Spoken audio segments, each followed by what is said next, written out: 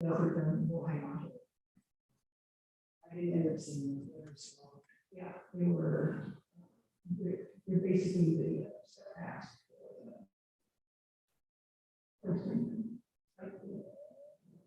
Yeah, those came in today, so we just printed them and brought them. I saw that in email and then I got. excited. Yeah, I know. Yes, and I can look later, right? Yeah. Yeah. That's not possible. Oh, it's gonna be good. Oh, I can do this. Still not. Things I can do. Exactly.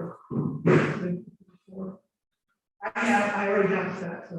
Okay.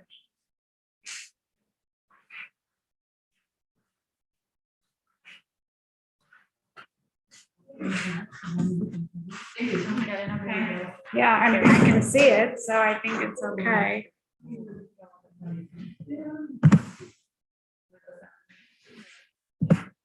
Yeah.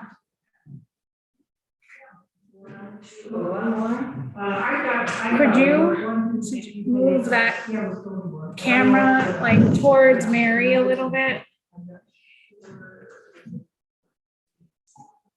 Perfect. Thank you. Honestly, the rest of these, I think this is actually more room down here. Tonight, so they can tell them that.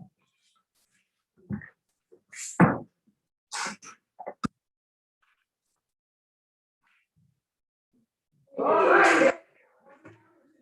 It's all right.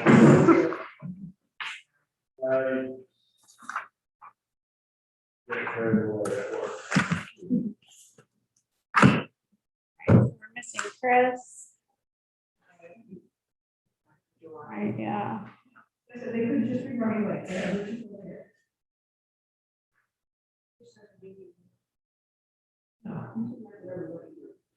This is only around second meeting of the better person.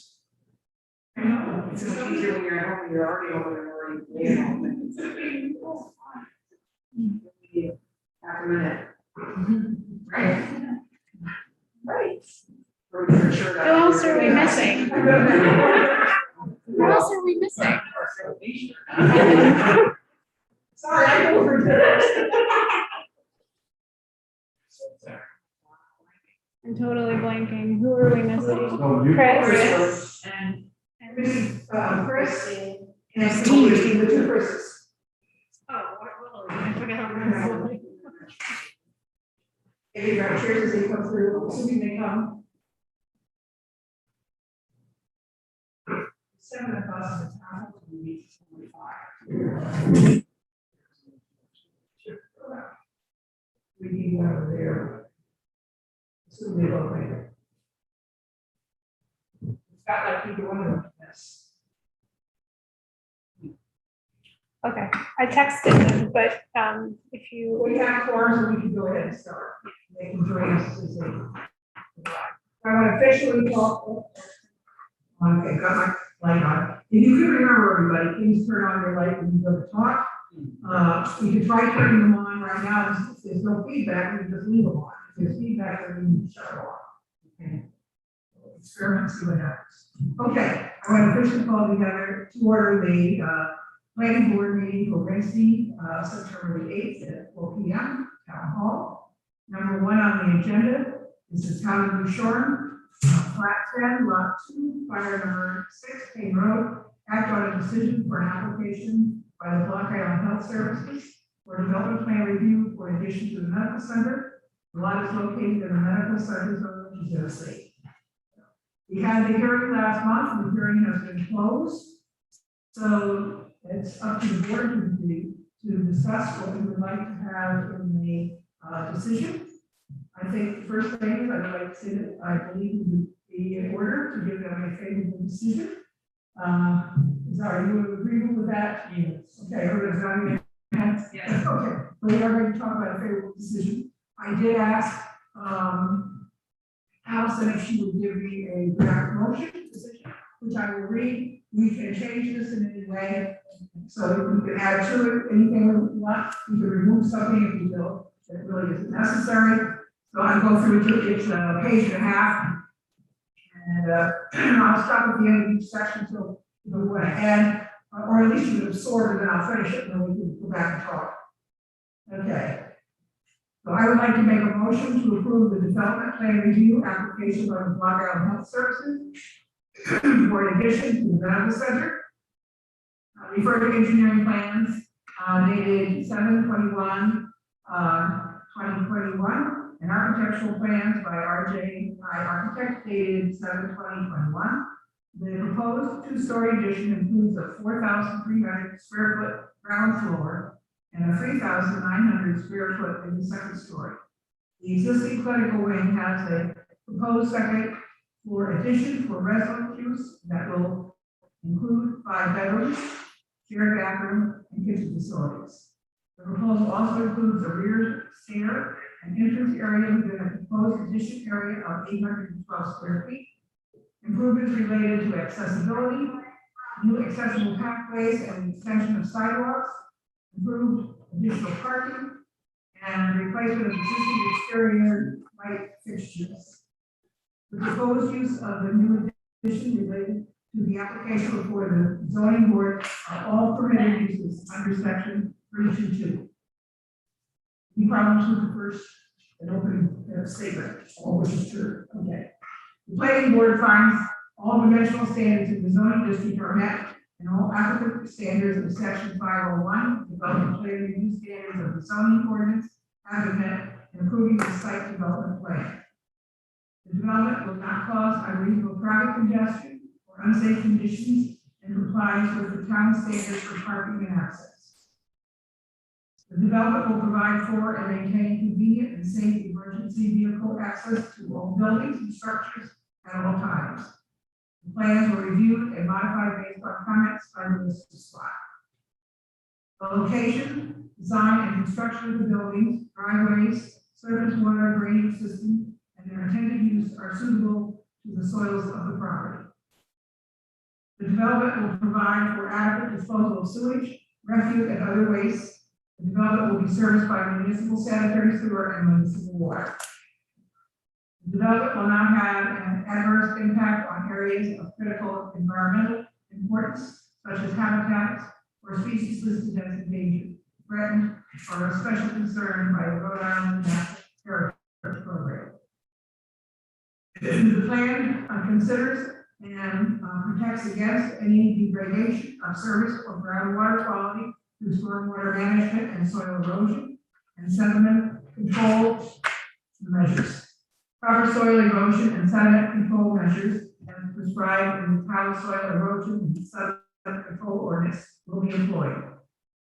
A bioretention area is proposed and a raised garden detail with plants specified is included within the plans. Drainage calculations and the engineering site plans were reviewed by the town engineer, Jim Jeremia. Mr. Jeremia found that the infiltration system was adequately designed to meet the increased runoff from the site.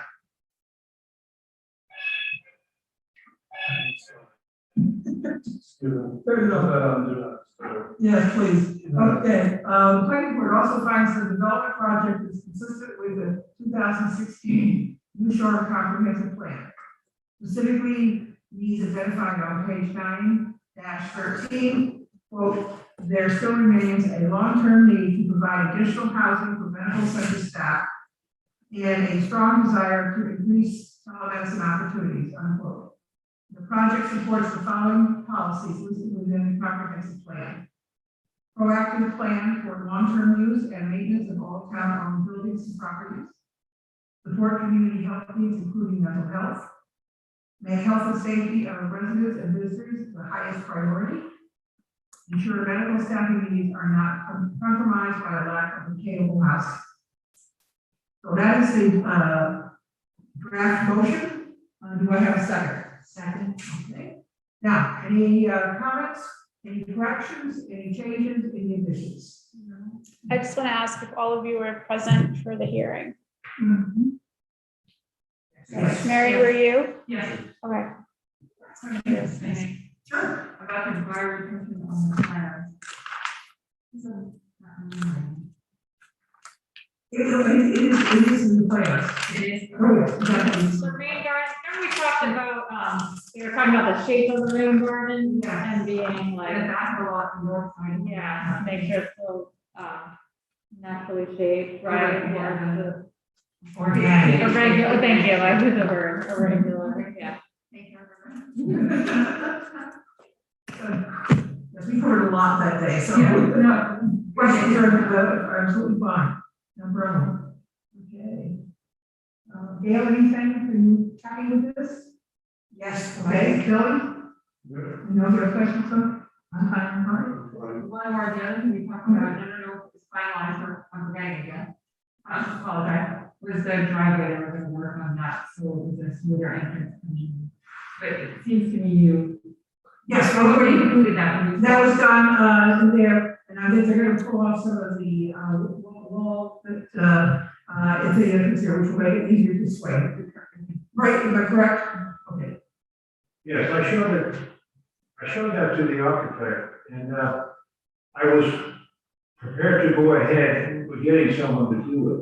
And the architect, who we put a lot of faith in, suggested that we wait for a professional landscaper to do all of that. And what we're gonna do is move that bump back eight or 9 feet, to still allow us good parking in that, on the south side of the lot. But we also accommodate what the rescue squad asked us to do, which was to make it more accessible for the ambulance. The back, when they have to come in and jockey around. Right. Yeah. So that's in the plan. And it's just that we're waiting for, he thought it would be better to wait for a professional Sure. landscape architect to do it rather than. Makes sense, yeah. Okay, Great, thank you. good. Anything else? Yes, that's it. Okay.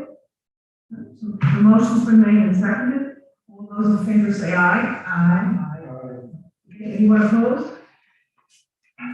Hearing no opposed, the motion carries unanimously. Congratulations, you're on to your next step. Thank you guys for coming. Appreciate that. Thank you. Very excited about seeing all this finished. It'll be great. It's still another floor while you're at.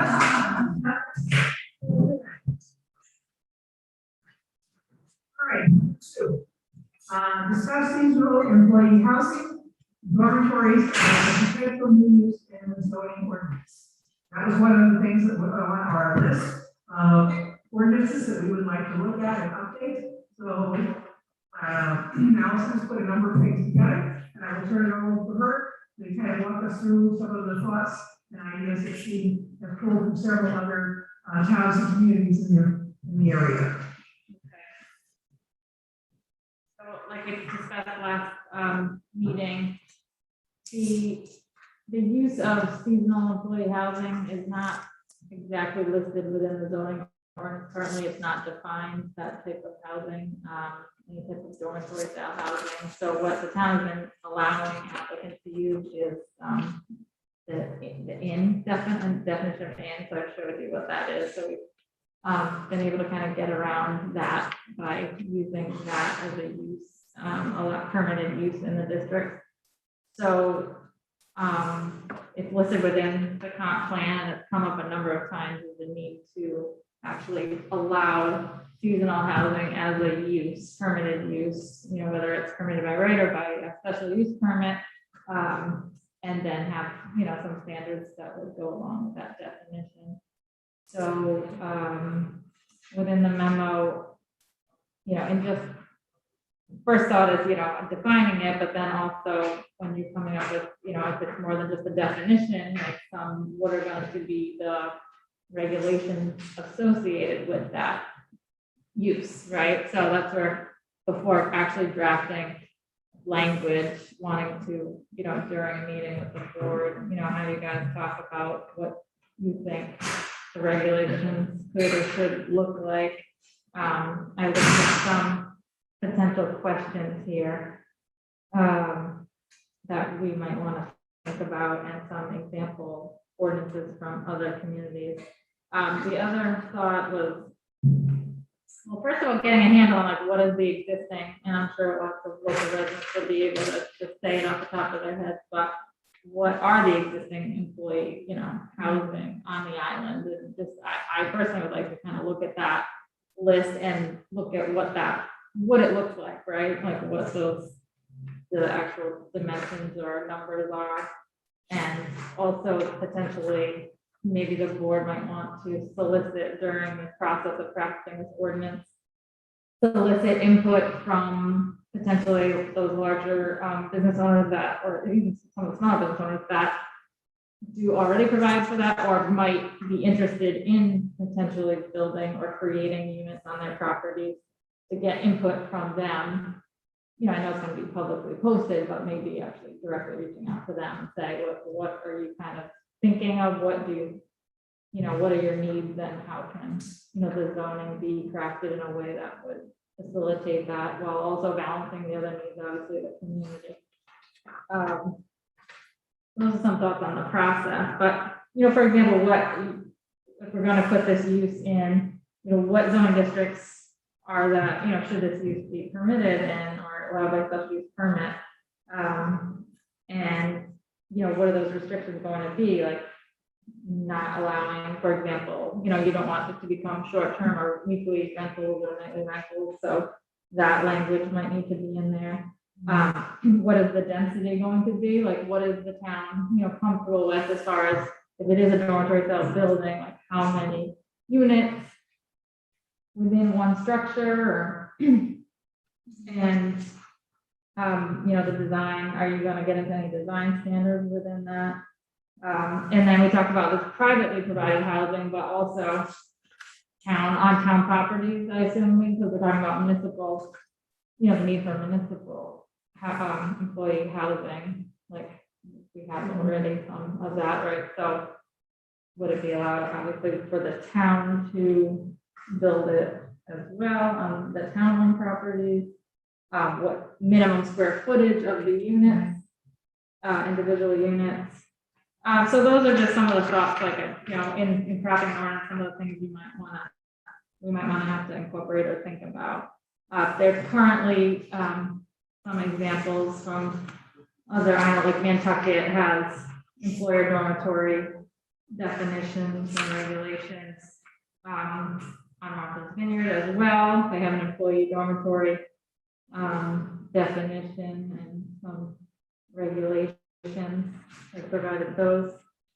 Yarmouth, Mass on the Cape has seasonal employee housing, and they specified it actually in the place provided at current motels and hotels. So there's some specifics there on their standards. And then you see it, I have an example here from a skiing community out in Colorado, Snowmass Village.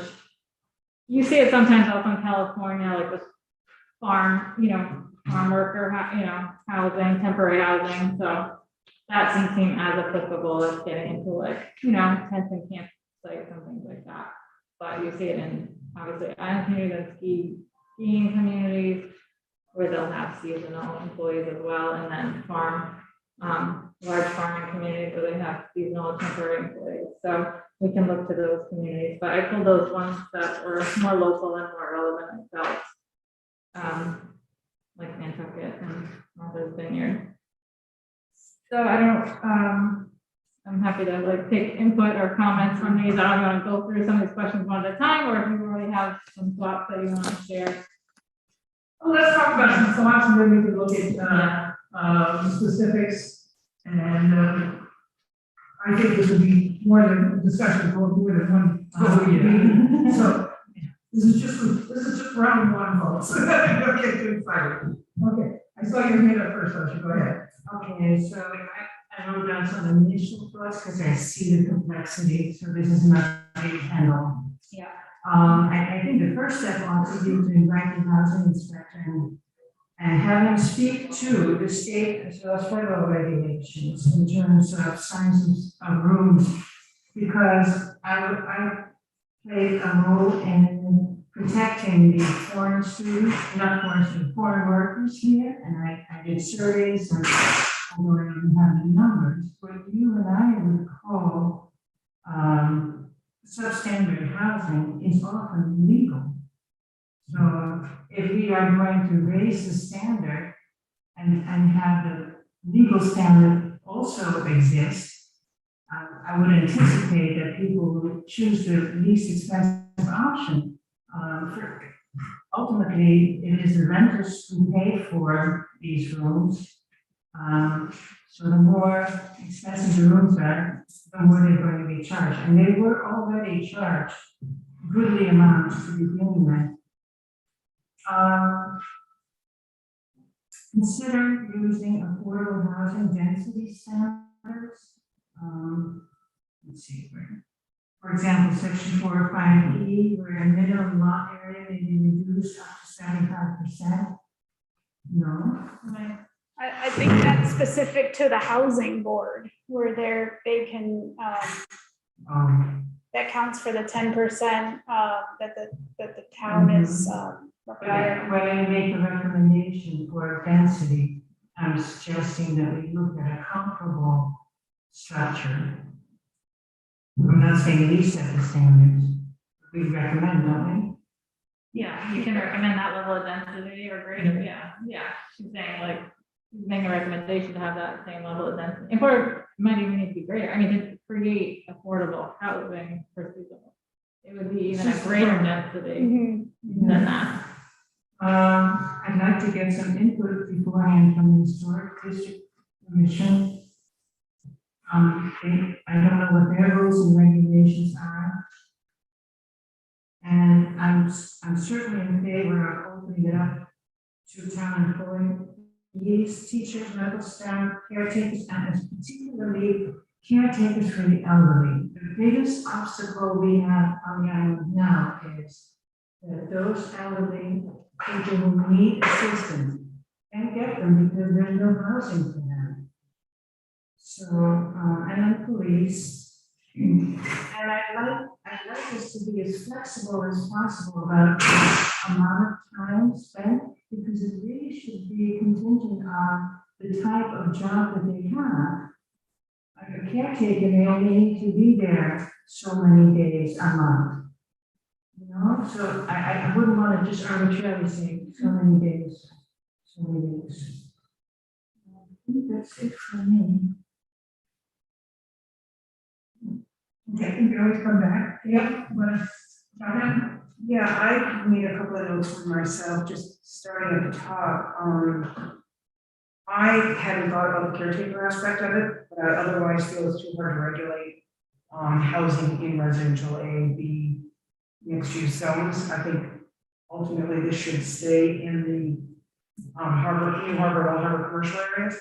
But I also, I empathize with what we just mentioned, so it's something to further discuss.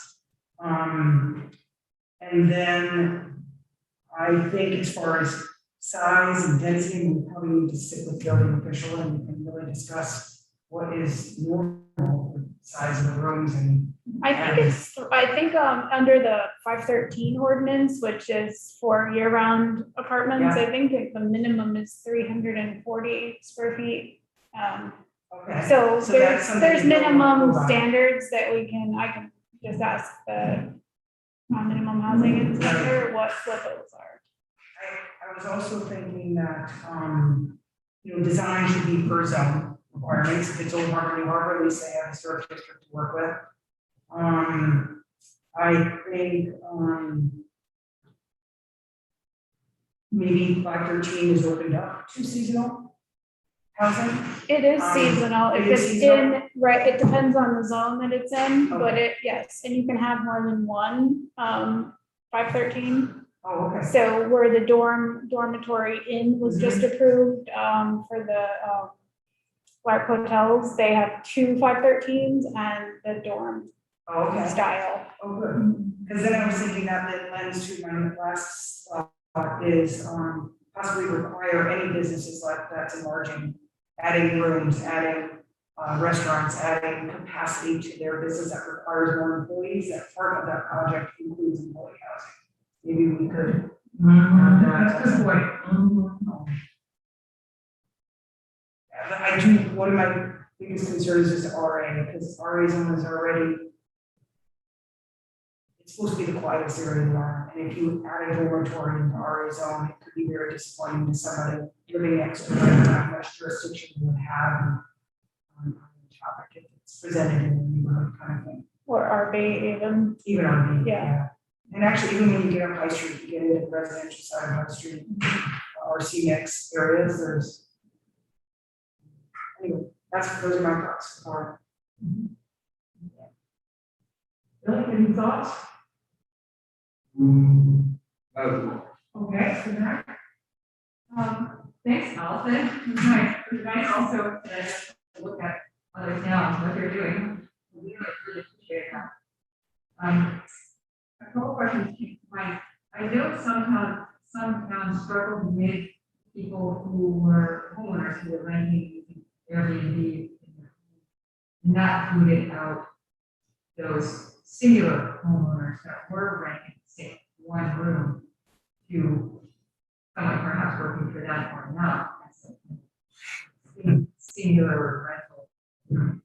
I think that when you come across that, I'm just curious and how that changed, if that changed in terms like in the market vineyards, I know it's an issue for them in the last year.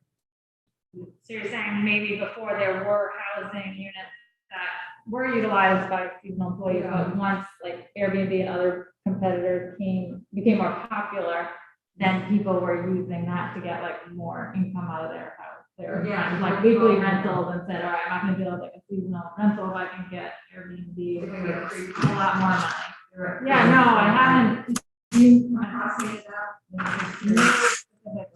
data research or articles on that, I'm sure I could find that, but yeah, as far as if there was an issue, and there probably was, how, if they had to address Right, it that's what through we're regulations. Yeah. No, As a, this, that just came up. Yeah. And this untangle, what could happen here too.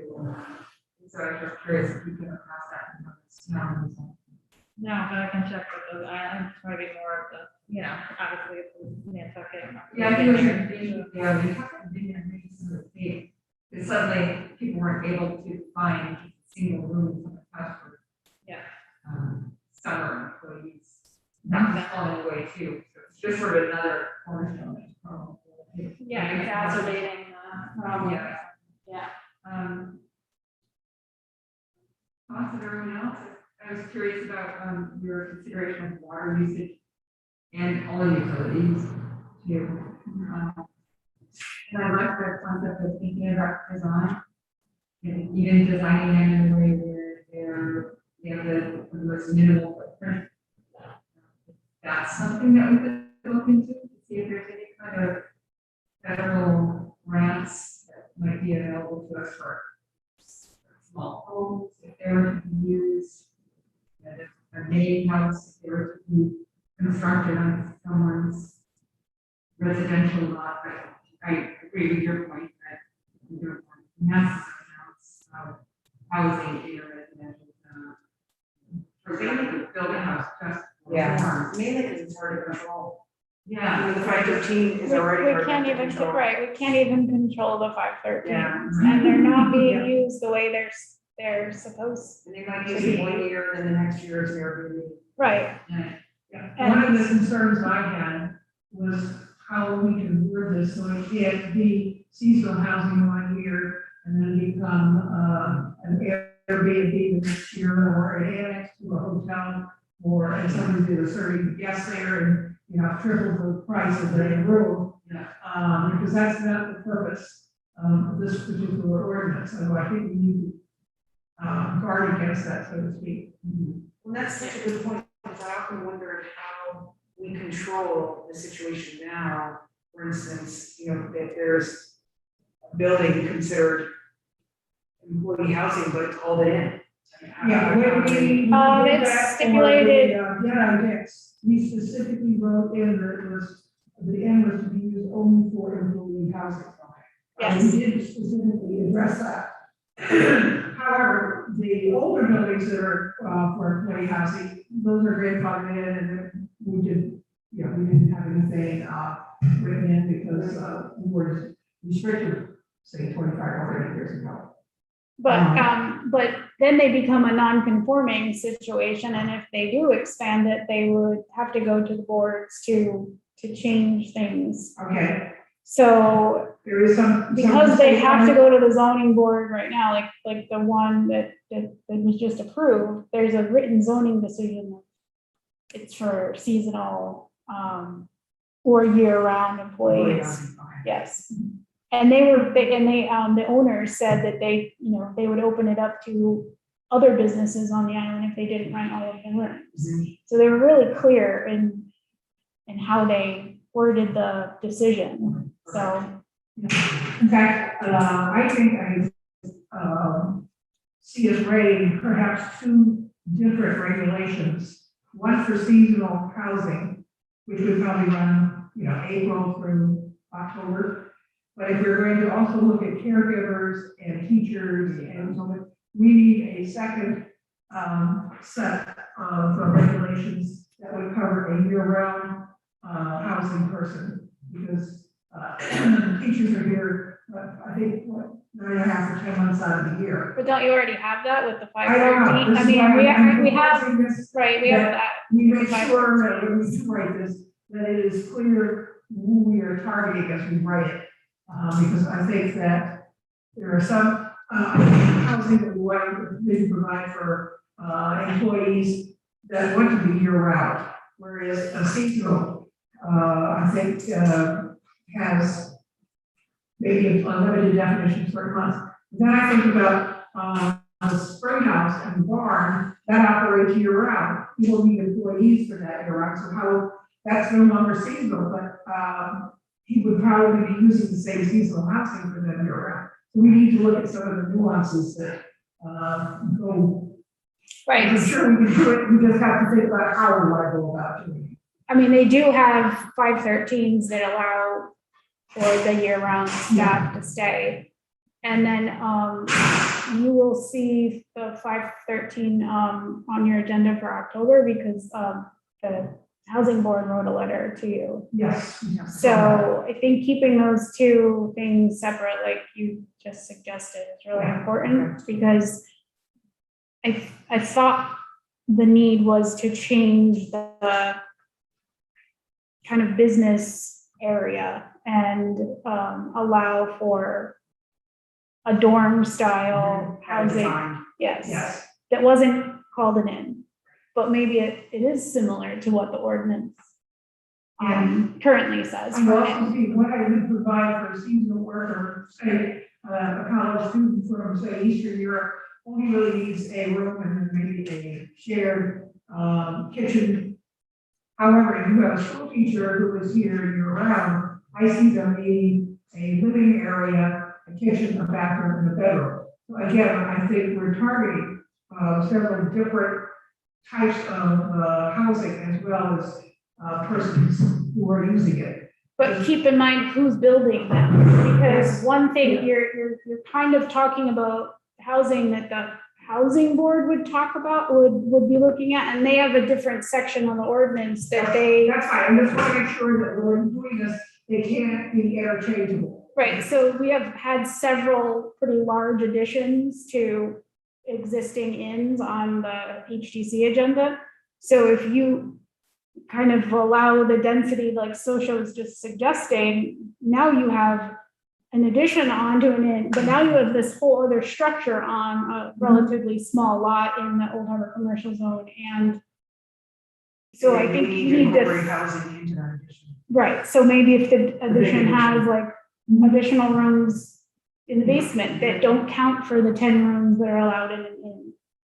And do we, as a planning board, see those projects coming to us, or they don't have to, they just go to HDC, they're within their? They usually start at HDC for siting and massing, but they may come to you. They don't necessarily have to. It depends. If So they that's don't why need I any think waivers, if they need some waivers, they'll probably, so we will probably ask for an opinion from us and then come to us. That would be one of the reasons why it's important to get something out of the way sooner than later, so that it is part of your project. I don't know if you I think that's too fair. That probably, they're probably grandfathered if they've already filed. Yeah, they've already started their process. Yeah. And they're building that dorm. that you've already, We've already approved that door, yes. the dorm in, which I think is supposed to That's have. under, and again, we said, specifically in the wording of the decision that it is for employee housing. And that, is for year-round employee housing, I believe is going to have some people working in the winter. Right, that's what the zoning board, Yeah. the zoning board renders the decision for that one. So if you keep it as a special use permit, And we That would probably, the other concern I tossed out here is that we do not allow hotels, so we have to make sure that, housing for employees doesn't come out, as a hotel, or I'm sorry, as a hotel, design. So I do think it's important that we do some, listing of things that, you might want to see in the design. I don't want to lock up, a person into a specific design, but I don't want it looking like a motel, and usually we want it to become, slum housing within 5 to 10 years. And I have seen that happen in the community that I lived in, previously. I'd love to avoid that problem. I mean, you could look at what it's section 408 of the ordinance. You could look at what it says for And it inns. might not be a bad What- idea. I didn't do that, that's not a bad What idea. zones, it's allowed, where it's permitted, and then by a special use permit, what the standards are. Because you just saw one in Old Harbor Commercial that you approved, or you gave a favorable recommendation, and then the other one, which was New Harbor Commercial. So you've seen two different projects. What I don't want to do is, have unintended consequences come out of a zoning change. And I don't know why previous planning boards have stayed away from, employee housing ordinance. I have no idea. But that is, if they've stayed away for years, there may be some reason that you might want to take a look at it. Because I don't want unintended consequences in opening up employee housing, and we should have just stuck with the in regulations. That's just something to think about. Yes, we can do a sunset clause on it. But you could start with what the in ordinance, Already is, and then- I haven't thought about it, that's a very good idea. So and then see about we can look at that adding some language. or answering some of the questions that Allison has here. But using that ordinance is just a starting point, I think. So build on it. Because you know what they already look like, or what they're going to look like. So like, what is, just out of curiosity, what is the number, if you can remember off the top of your head? 408. 408. Save you having to go by and look it up. Well, I mean, you take that grove, I'm sorry, if you take that, the grove, the one that you had the model for Lark Hotels, the dorm style. And imagine that, but then have a whole nother inn on that property with a restaurant. If you start to allow for density to change. Yeah. So- So as I said, we don't want unintended consequences, so we want to, work on this very carefully. And those were most of my concerns. I want to add one more thing, please. Sure. I don't like seeing the building not used, let's say most of the winter, right? So that I don't want to make the term seasonal work for it narrow. Because it implies, like you said, April, September. We have to give it a different name. Well, if you know what I'm saying. Yeah, no, I have the same thought. I mean, I know it's targeted. The need is for seasonal workers, so that they have that short term, 30, 60, 90 days. But then, to construct a building and then it be empty 9 months when there's other housing needs. So I understand, like, is there a way to facilitate some type of a shared, so from, We are September assuming through May. they will be winterized so that they could be used year round. If somebody did not winterize it, it would be a 6 month. Right. So, And that did come up with the Lark Hotels property, because they did talk about what would happen in the winter. Is it going to be heated and they said yes. And they would open it up to, say it's a construction crew coming over to work, or maybe it's teachers.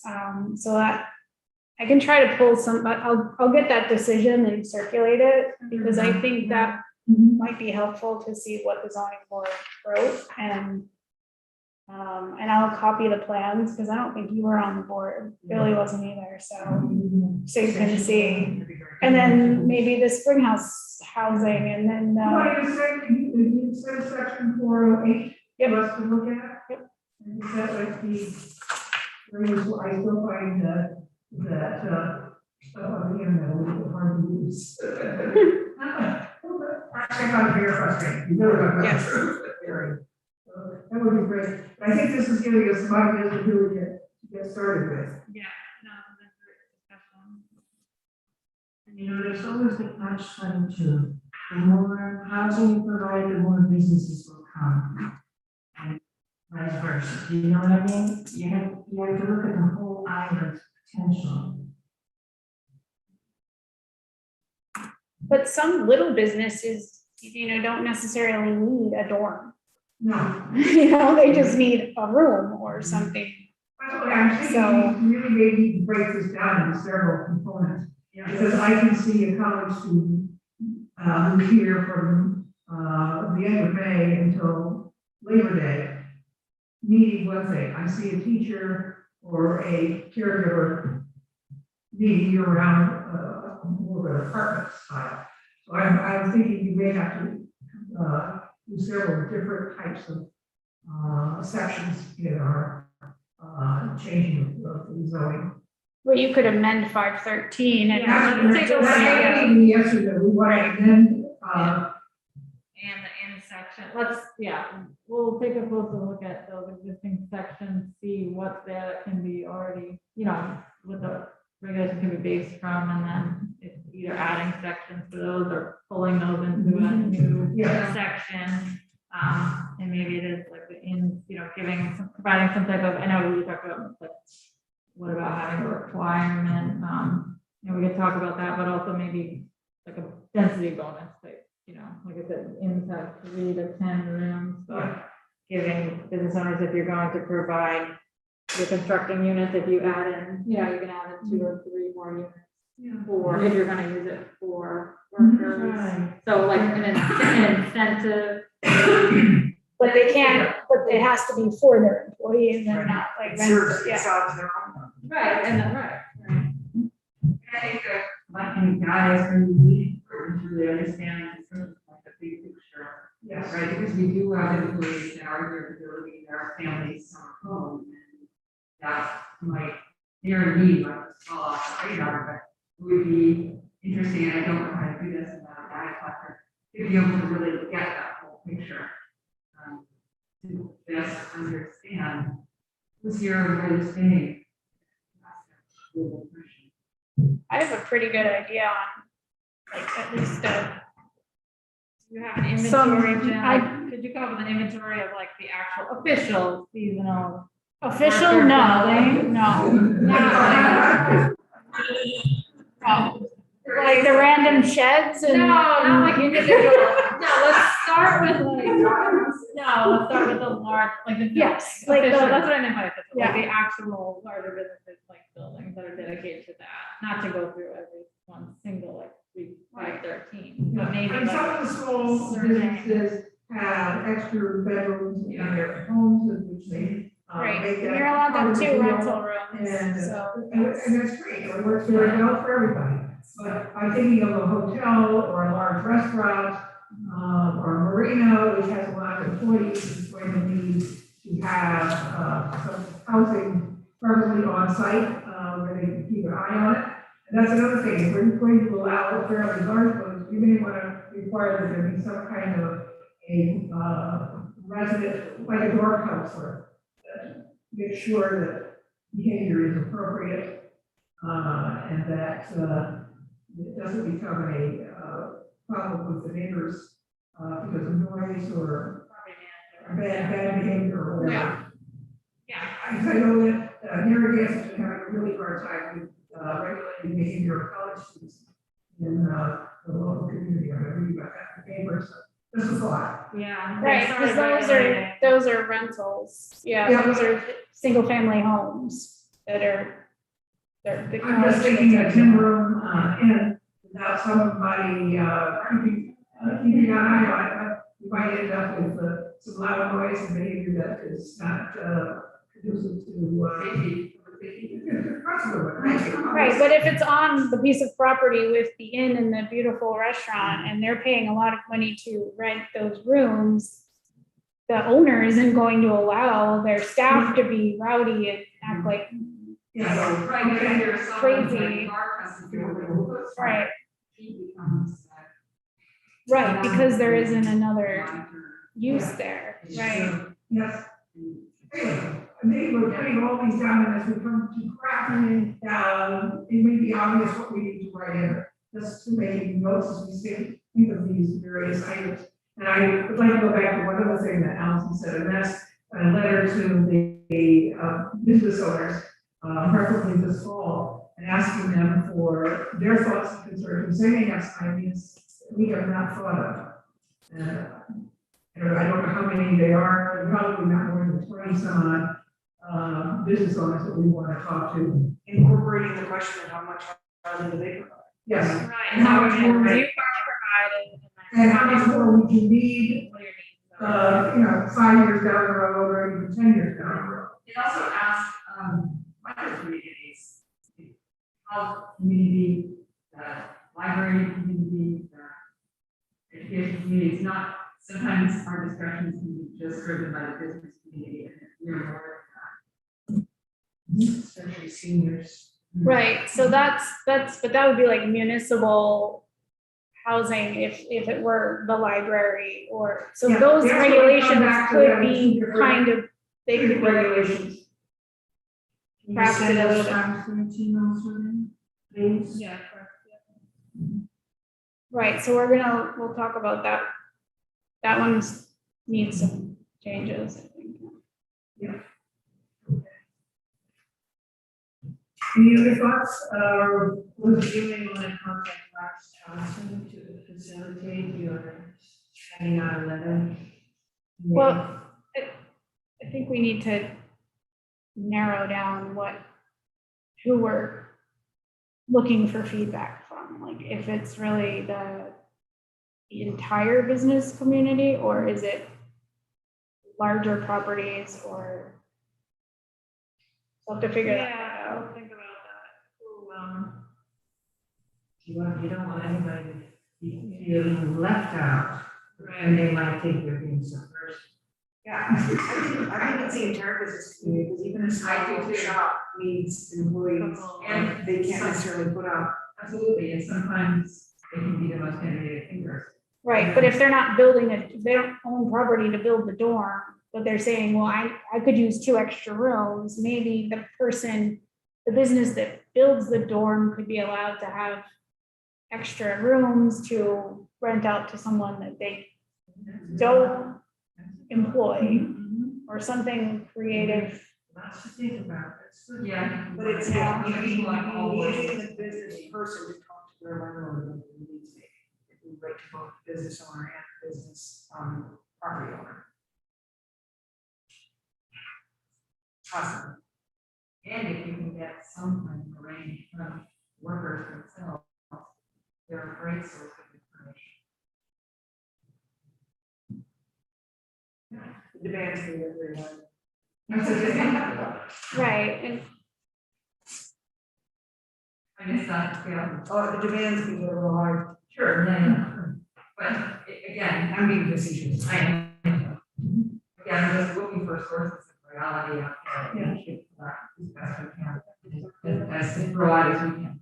And people may be reading, about this in the paper, and could call Jen to give some feedback if they want to, and then we can pass it on to the residents. So that may be helpful also. And as we continue to work on this for several months, word will get out to the community. What I'm hoping is that word will come back to us. Well, there's a place they can come, like, language, that's good too. Yeah. Create an email, know, I mean, this is, it makes it easier for people to respond to the places. Yeah, I was gonna say, the other thing is that when we say a letter, I don't mean mail it, I'm thinking email it, because it makes it's very much easy to sit down and quickly write up your answers and so forth. Make it easy to pass that recipient, pass to someone. Right, we could probably come up with, something to put on the bulletin board that people Right. could Bulletin board, Facebook, Email. you know. Okay.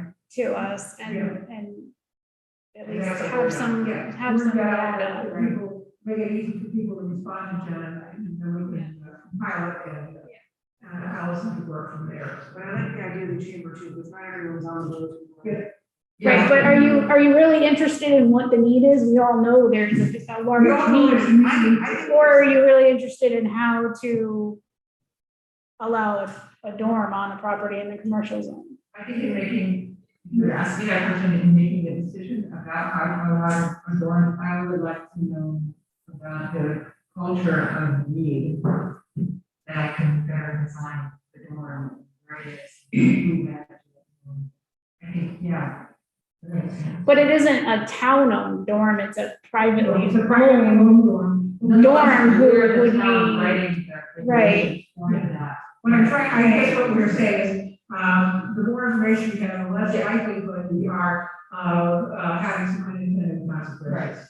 I think that's what I. Yeah, it's really. right, I'm just trying to understand Yeah. what kind of feedback that you're I'm not even looking sure for. we know for sure what feedback we want, but I think when we get it, we'll recognize it. And use it accordingly. And I'm also hoping that maybe some people will come up with a couple of thoughts that we haven't had.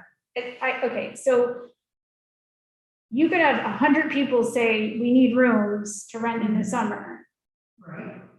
but your ordinance is going to be specific to properties that may not want to rent to 100 people, that they need 20 rooms for their staff. Mhm. So then it's, how do you, We may, allow for that 20 rooms on that person's property, because they can make decisions for themselves about that property. But then we'd be looking for perhaps other ideas of where the other 80 people could find rooms as feedback comes in. And I'm sure that some small houses are still renting out 1 or 2 rooms. So forth, but maybe down the road, some owner who has commercial land, I know they've got lots of it available, might want to build some employee housing, so. Well, that's part of it, where my mind. That's where- The question is, if you were the building in Old Harbor Commercial, and you were given the opportunity for greater density for employee housing, would you capitalize on that? Maybe that doesn't have to be a direct question, but it's kind of what we're trying to get at, or part of what we're trying to get at. But that's aside from just the basic premise of changing this regulation from within to housing. But when you imagine that example, that helps you write the regulation. And that's smart, we can prevent unintended consequences. Yeah, more information is always better. Yeah.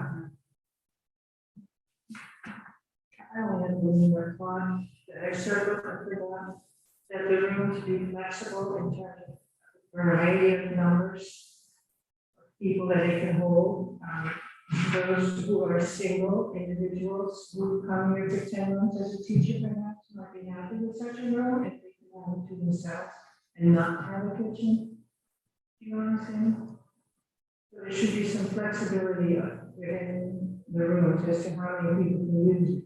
like there be shared room, like bunk style versus a single person versus a couple or family, like occupancy, style, Yeah, right. like a variety of occupancy types. And I noticed too, and wondered also, maybe in the process or doing it, you know, is there a minimum of 100, applicant minimum of 100 square feet for a single dorm room? Sort of the minimum I was finding online. At least 150, and then if you have another person, you can add another 100. That's right. There is a formula that Yeah. the building inspector uses. The housing inspector. Right, yeah, we need to understand that as a baseline, whether we wanna require above that. Yeah, I guess we were getting to that in the question. And we have not talked about bathrooms, but generally nowadays, what I see, when they're building a room, there is a bathroom goes with it, as opposed to a bathroom where everybody goes down the hall. Although we just looked at the medical center and. They're shared. shared there, exactly. That is a very small. Right, and yet, to Sarah's point about flexibility and Yes. usage, that can work well too, we're saying a quad, like a university, like a three people sharing a bathroom and common space. Much like they did at the medical center. Yeah. Yeah, and that could be, it just, you need to think about how you're going to design, when each room gets a bathroom, or you have a plug, or you have two rooms share, like a Jack and Jill type bathroom. But that would be a good way to prevent it from becoming just rooms that are rented by the night, because if you Yes. have a quad or a shared house, like a bathroom situation like you do in a college dorm, that probably isn't They going. won't convert to that. Less Yeah. desirable. Less likely. Less, yeah, not impossible, but less. Right, exactly. So All right, that's something to think about. Work on this Do we want just one more thing to talk about sustainability or have that in our conversation on the efficiency and sustainability? Or like the water utilities in general, like. Yeah. requiring- Well, yeah, because that's. been- Yeah, that's it's been fine. a Well, discussion, energy. well, with that, I'll just roll into what the sewer and water departments are telling us at the time, because Yeah, should that change, I mean, they're the ones who have to tell us when we're voting on a project, whether there is the capacity, whether capacity should. yeah, I think the building itself, Mm. can we consider that, or? You shouldn't. Well, it's a likely the audience, we don't know what the water sewage capacity is gonna be 5 years from now. It may be considerably more because they've added capacity. So I think we need to write what's the best practice, and then Right. let the owner worry about getting sewer and water permits. Yeah. Okay. But yeah, no, understanding that this is a high density use in peak season, where that's where the challenge is right now with water usage, so Right. it may need to be, that there's gonna be some standards in there.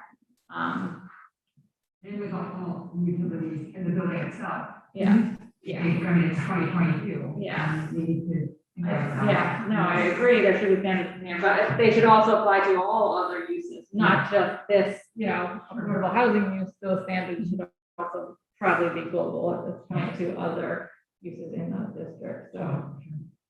Maybe roof mounted solar panels, like you could kind of list all. Yeah, I think that will certainly require something along that line. Absolutely. Okay. Going on to number 3. Receipt correspondence with the local regarding East Solar Amendment. Chris, we did receive your letter, and I went to your night so that you could clarify for us what your concerns are. Because from the letter, I don't think we quite understand what your problems are. Margie, I can hear the feedback, so I think you should turn off and then just turn them on when you're speaking. I didn't hear it before, but I can hear it now. Yeah, which I wonder if they can even hear.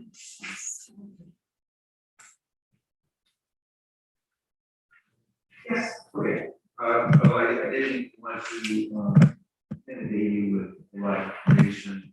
I thought it was best just to start discussing the ordinance as I see it going to effect, since it's not council. The town council stated that they thought it was a first good step. And in order to Yeah, I think we, I think there are 2 reasons why this being taken. It's hard to talk about. You might want to slow it down, I think that would be fine. There's not very many of us in the room. I don't know if it's on, Chris. Oh, you got it. Yes, Thank it you, is. thank you. Can't do that, and then put it back on. Okay, I'll start over again. The town council had stated when they adopted a change in the ordinance, that they thought it was the first good step. And I think enough time has gone by with my experience with this ordinance, which I don't think many of you have, any of you have, at least from my perspective, to understand how it is actually working. And I am bringing information to you for your consideration because I think the ordinance has what I hope is unintended consequences in the logistics of siting arrays on the ground. And to demonstrate that, I had been asking Jen to have maps printed that would show the setbacks as defined in the ordinance, so you could see what people would have to go through in order to install a ground-mounted solar electric system or solar inverters. And I'd like to start with plat 14, lot 10. That's Surelli. That's the one that started this over 2 years ago. And just because of the nature of what is described or defined as their frontage, you can see that they have to go through a variance or sub for everything in the front, from the property line to the front of the house. And that, is true for all these houses under this ordinance. And I think that is extremely problematic, and I'll show you additional lots where you can envision how that will play out if you were to install solar electric systems on the ground properties. So that you see that basically well over half of their property is restricted. And that's a house that's quite off the beat track. And the only letter that was received about this project when it was first proposed was a letter of support. Yet now we have this type of ordinance language that would require a customer to go through the sub and variance to site this project in a way that I feel is responsible, is a good site. And then if we look at next one. Yes.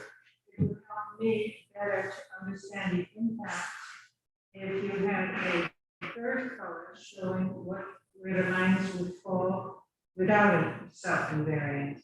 Okay, if we can infer that from the map that you have before you. It may not be in color most likely, but the line that more or less goes down the middle of the property, on mine is red. Mm-hmm. Do you have yours in color? Yeah. Okay. I think we have to. Oh, excellent. Okay, so if you go from the red, let's say we're holding it in this fashion, so in the upper right hand corner is a flat mod definition. You go from the top red line, yellow line intersection to the right, where the line then makes a turn almost 90 degrees down. This is where you could put the project in with no variance or sub required. So Chris, can I just want to clarify while we're here. So everything to the red, this line is like the approximate line for the frontage or the, front setback line. Just to be clear, the current ordinance versus the prior ordinance, the current ordinance, I feel personally is less restrictive in this regard than the prior ordinance. Before, you couldn't even get a variance within this minimum front setback area at all. It wouldn't even be allowed. So yes, now it would require a special permit variance. The prior ordinance said absolutely no. And then the front setback area had some general language that hadn't been confusing, and that's why this whole rewrite came about. It said front solar panels should not be placed within the front setback of a property if there's a viable alternative location, and that was became that gray area that the zoning board had to interpret, became an issue, and that's why the rewrite was more specific and said, okay, if it's in the front setback, go for a special use permit. So I know you feel like this is well, I want to clarify while we're in this area, you're saying that this is a lot of, that you require the variance and a special use permit. but before, it's less restrictive than the existing, Okay. than your prior. Let me respond to that then, Okay. we're on this road. Less restrictive doesn't mean that it's better. Well, The idea, okay. hopefully, let me finish, please. Hopefully, you understand, and I know you all do, that we have a crisis in the world. It's called climate change, global warming, coastal erosion, whether you want to believe that or not, it's pretty apparent something is happening in this world. And though you say it is less restrictive, that's not the standard. Well, The I standard- thought The from the standard perspective, is it appropriate for planning to have these ordinances to this effect? Is that actually good plan? That's where I'm coming from. And yes, you're right, it is less restrictive in some ways, but it was because the language was so screwed up that something had to be done. And I worked for 2 years on this. 2 years at everyone's time, the predecessors of people at this table, you and me. Yeah. We worked on this to try and get this. I eventually said, we're not getting to where I think we need to be. And I said, let's bring it to the town council, get it done, just stop wasting people's time. That's almost the quote. And so we did that, and now I think sufficient time has gone by to evaluate whether or not the language should be changed. That's where I'm coming from. Okay?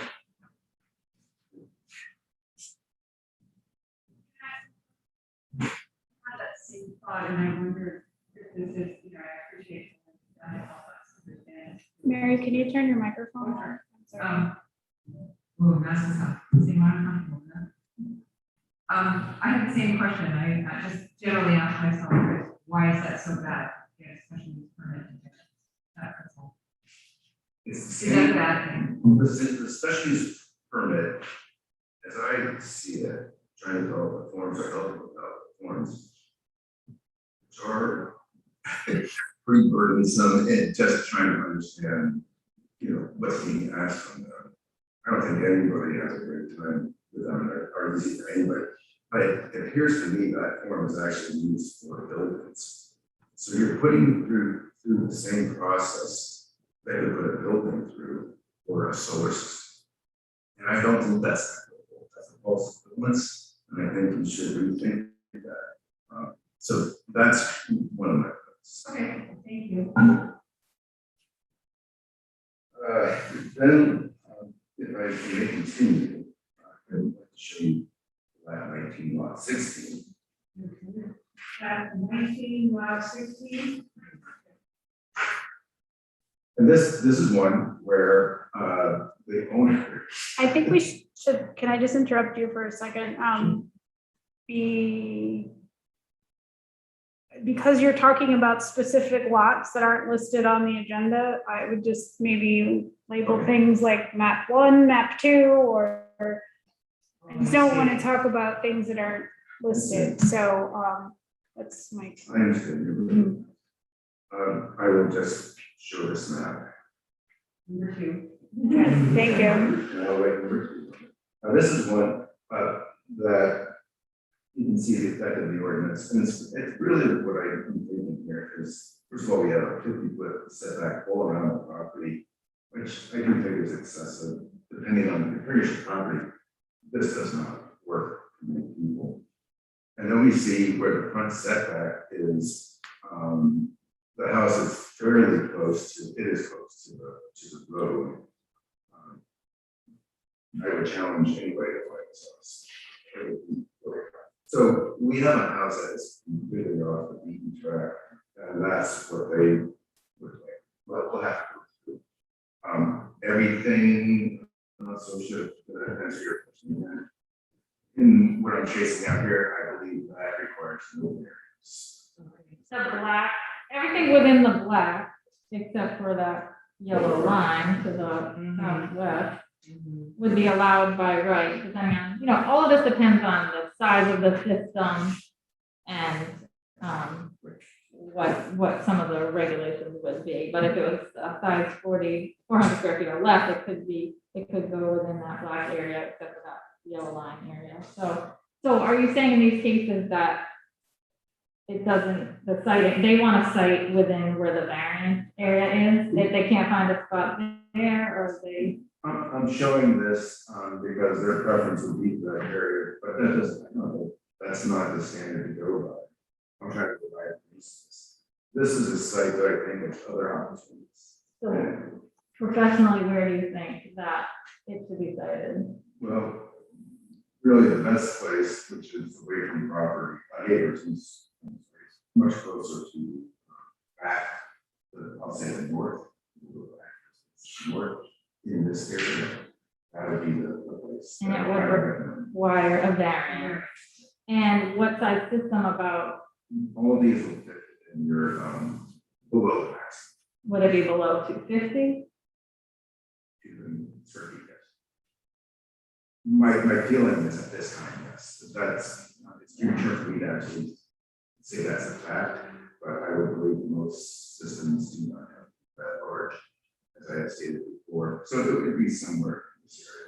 So I just want to offer to some of the board members who weren't part of the process of the rewrite and familiar with the past ordinance, there was a reduced setback allowance for smaller size systems, like below, I think it was 50, where it could be 10 or 15 feet away from the property line. So in the latest rewrite, that was taken away, so that's a little more restrictive.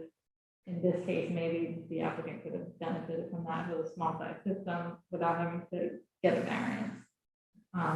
So But can I just interrupt for 1 second? Because we do have that section of the zoning ordinance that if it's a substandard lot, you are allowed to have a reduced setback. There's a formula. It's under section 113E.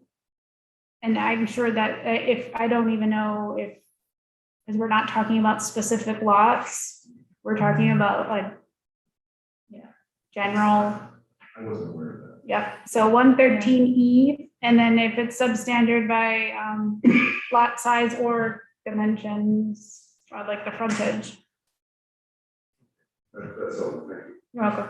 Again, I'm trying to review the consequences of the ordinance, to bring it to you from my perspective. And that's all I'm trying to do now. Because again, this was as the council said, a good first start. So I just will point out the owner road in this map 2 goes right within to the variance line. That's just bringing that out.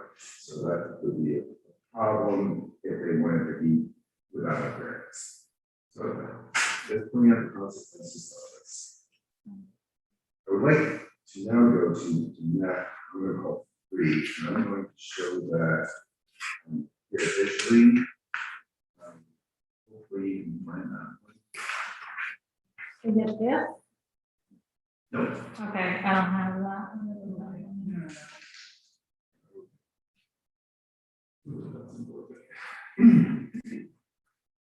I will just walk this by you, and ask you just to show. It's a house that is very close to the ocean on the east side. And the house itself is very close to the ocean. What's interesting about this property is that their frontage, I would think as defined, is almost the whole. Which would be basically this. So as defined, I think this would be an area that could not. If that's gonna qualify for reduced setbacks, Unless they let. that's a smaller lot. So the whole property almost from this whole project without a subdivision. So I think that's an intended consequence of that, of the existing language. But Chris, I don't think it's an unintended, I think this is what the board was comfortable with, they didn't want to just allow by right. There were some examples of properties where the front setback, it doesn't, I think the planning board agreed with your, the argument that there are probably lots of cases where it may be best suited within the front setback, but, when you're writing an ordinance, the plan didn't want to make a global change and say, okay, every property is allowed by right solar, ground mounted solar in the front setback. So kind of the compromise there was, let's do it as, allow it as a special use permit.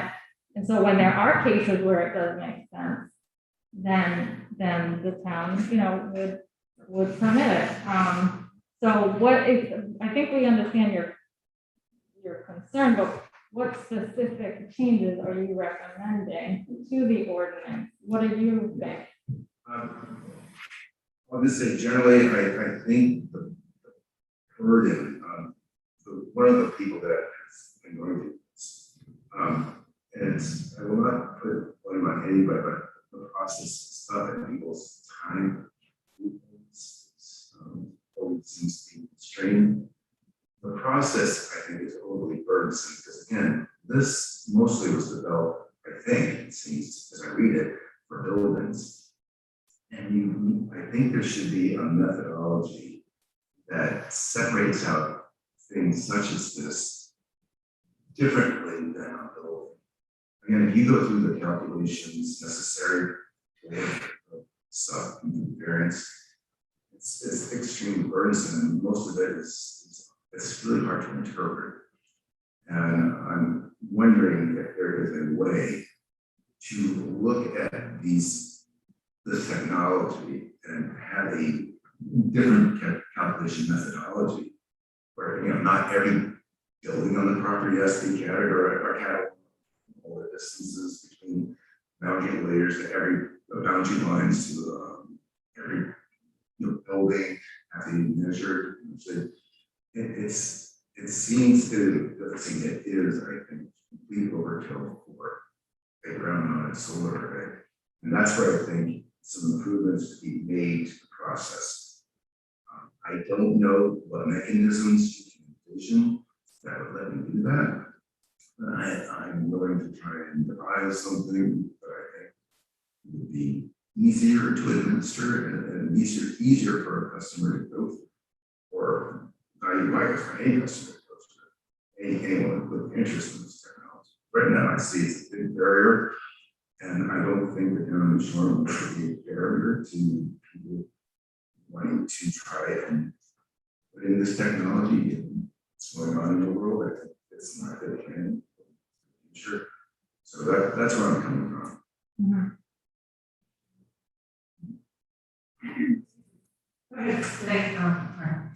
Thanks, Chris. I was just stuck on, maybe this question for you. Why is the special use permit and the variance? I remember these discussions and when we were stuck between a rock and a hard place, because we all agree that we have to, as a town, community as a globe, create opportunities for homeowners and businesses alike to protect our planet as much as we can. I think we all agree on it. But I remember these discussions, since we weren't able to foresee each individual site as we're looking at now with map 1, 2, and 3, it was the special use permit, as I understood, it was the default we could go to then look at the applicant and sort of help, if you will, the applicant make these decisions that, to Margie's point, don't negatively affect the community around us, but positively provide a way for someone to use green technology.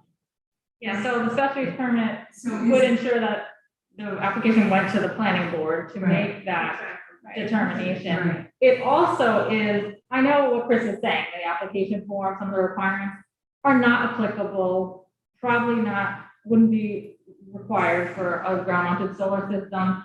You know, you would just, you know, You can ask for waivers from the most whole, of those. yeah. I know it's, yeah, that's what other applications have done. You know, ask for waivers from all those, the planning board would likely grant them if they're not applicable or they don't need it.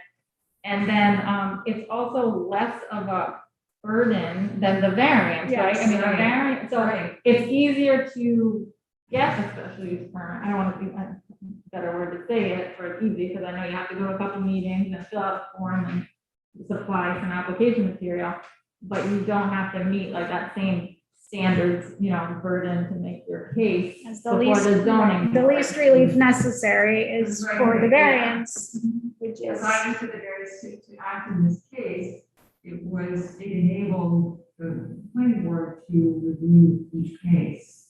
Yeah, Not a big individually. burden, I didn't realize that the forms were seen as a burden to an applicant. But maybe when you look at rewriting The form, yeah. Right, not You changing. got- the rule, you rewrite the don't- form. you don't write the forms for zoning.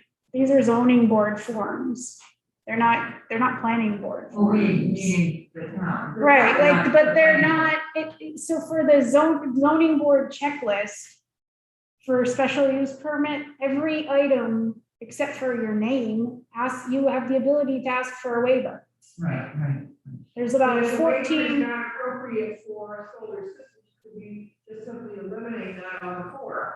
So that instead of having 15 items, that we normally have, but only 10 apply to, solar, systems, then we only have that 10 on, leave the other 5 off. Have like you're saying like, for the special use permit, almost create like a modified, Yeah. special use permit form just for solar projects, that maybe it's not to so help them. it is in the zoning ordinance.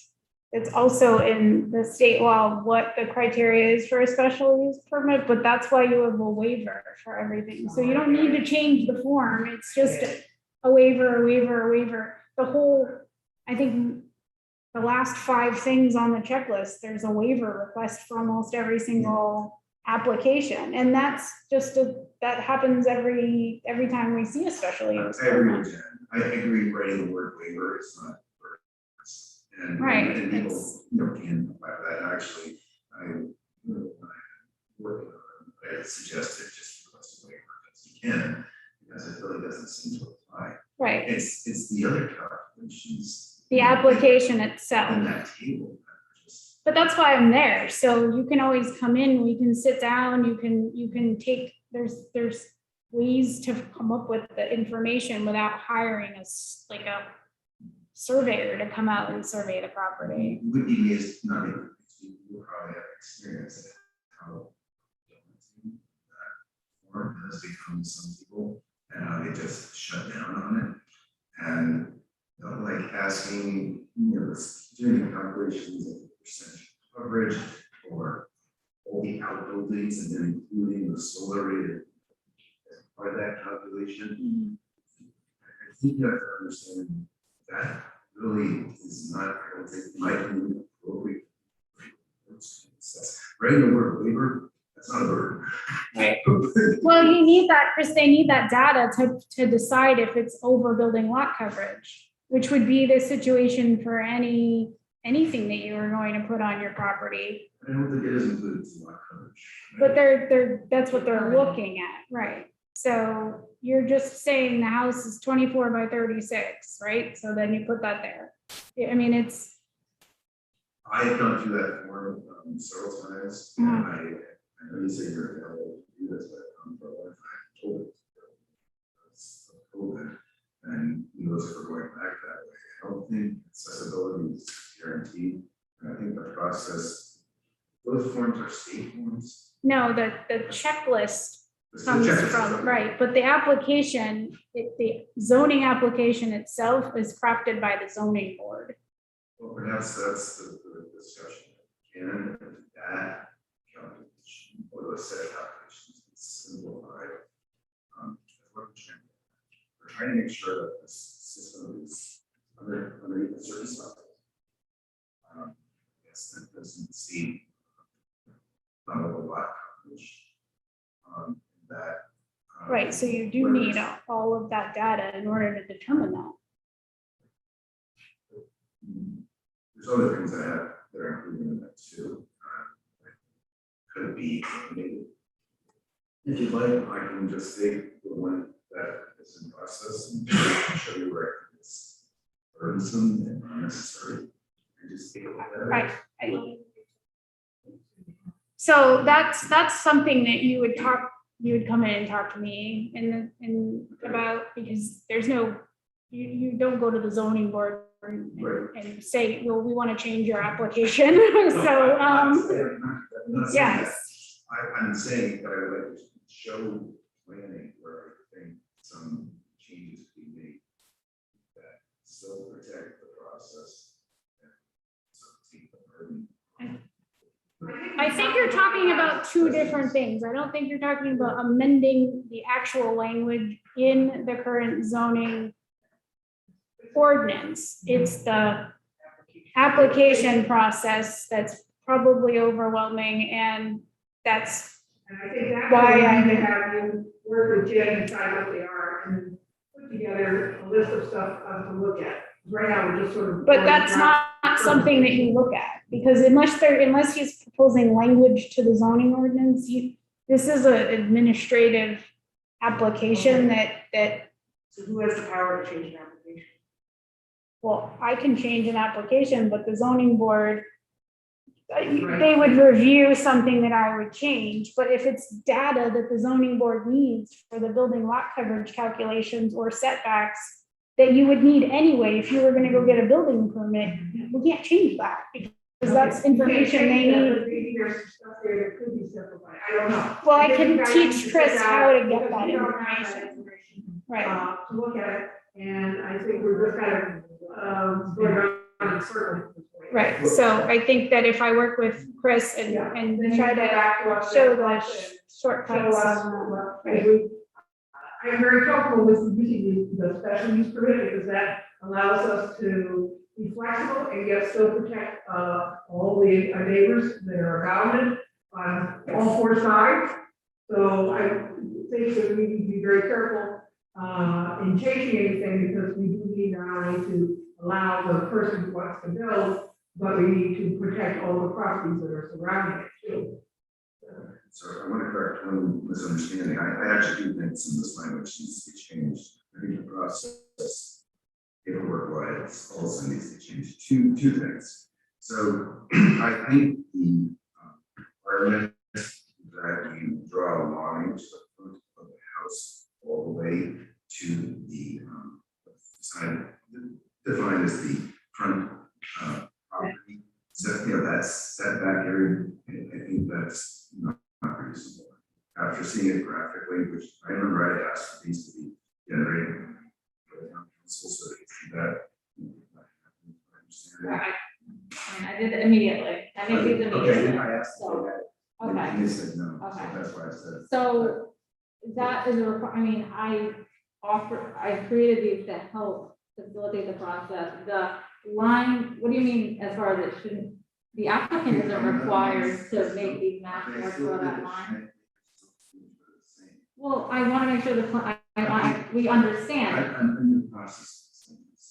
Okay, let's move along because. From the front, I'm saying from the front boundary to the house, that is required either a variance or a stop, and I think that's not reasonable. I think that maybe we could go a certain amount of feet, if you find that this stuff is so anathema to call it wonder of Block Island, that you need to hide this, which is really what this whole thing was about, I thought. Then, this is not reasonable. There are certain people's properties, like I showed you. It's their whole property is going to be eliminated. And you should be able to come up with limits on how far this setback goes. Okay? That's something I think that we should look at. Right? So that would change the language. I think, Chris, if you are proposing changes to the current ordinance that was adopted by the town council, then you would make application to the town council like you did previously and fill out the form. They refer it back to the planning board with the language. So you would craft your language that you would like to see, and then the board would make a recommendation on that.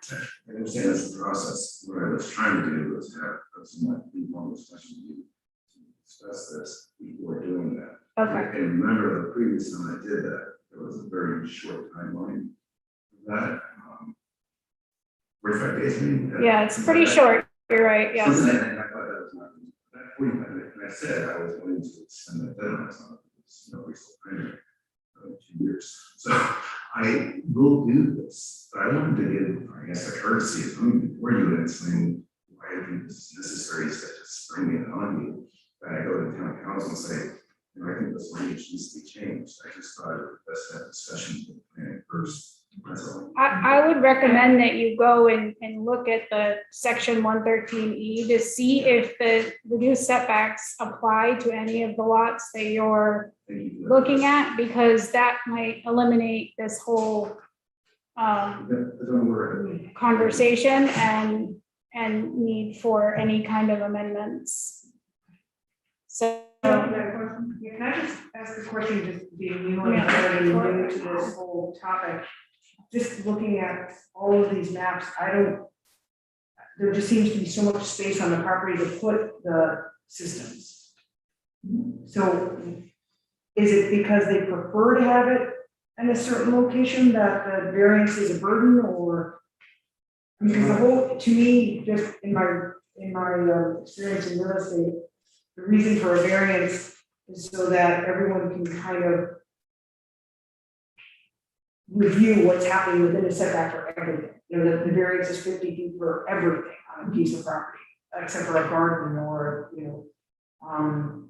So to me, to change a setback for panels that can be large, I'm all for solar energy, absolutely, and the look doesn't bother me, but if my neighbor was allowed to put a large set of panels 3 feet from my yard, and it was then in my view shed, and he had absolutely no say, and they had all this other acreage to put it, I kind of want to be able to give input that, so. We're not going there. Okay. I did not even come close to saying that. No, I'm not, there's no accusation, I'm more asking the question of why, if a variance isn't necessary, do we have to eliminate the process? There's so many different variables that go into this, and you know that because there are septic fields, there are rock fields, there are trees. Yeah. And I, you know, am not a fan of cutting down trees in order to site solar array. It seems oxymoronic to me that you're taking down a carbon product in order to you know, avoid using carbon. So those are the kind of things that the property owner has to wrestle with. Some of it is because they have an opinion on what they want on their property and are willing to make the choices necessary to site this and as I have to meet the existing language. I do think the existing language is overburdensome with respect to the setback. Well, he would give us, go ahead and he would give us the process so that we could officially look at it and we could then go forward. And I think we've got about as much we can do under what's listed for today. So thank you for your time.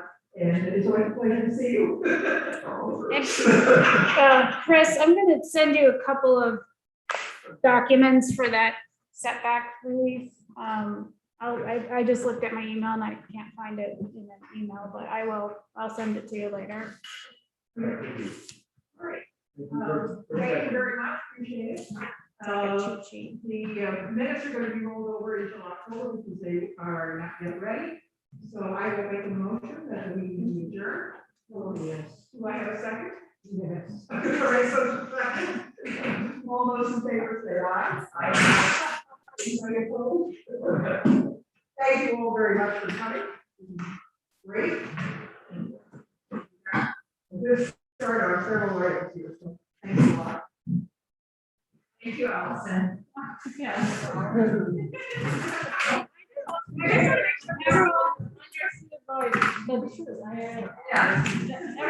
You need something?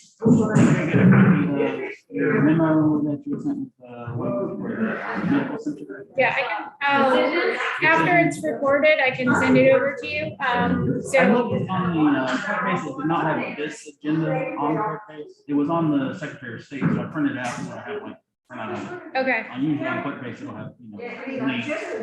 right. It wasn't that one. Right, we don't usually put like the draft decisions on there until they're signed and recorded. but I can send that to you as soon as it's recorded. Yeah, no problem, no. And, the memo, And then like the stuff about the housing. yeah, I'll send you that. Yeah, I'll send you that. Yes. I know Park Base was having a shift of, Yeah, the latest one I had for planning was from August. Okay. I don't know.